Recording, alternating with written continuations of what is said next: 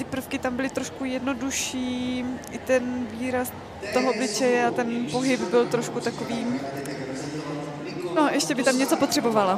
Něco dotáhnout. Zapracovala bych ještě na dotažení prvků na různých prvcích. Některé bych vynechala, ale jinak to byla hezká choreografie. Se silnou fanouškovskou základnou už začíná Nikola Dostálíková.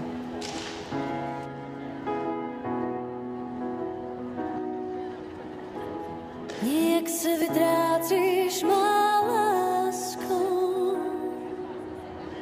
tak jednoduše jako život kráčí, malinko k smíchu, malinko k pláči.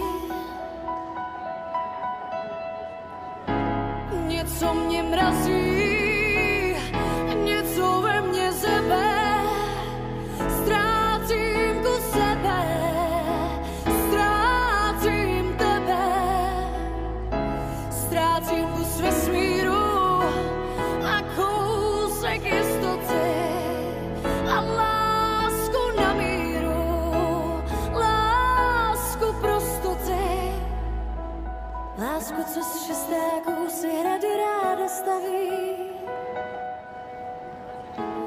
a která Bůh ví, proč tak často nějak se propadáš, má lásko.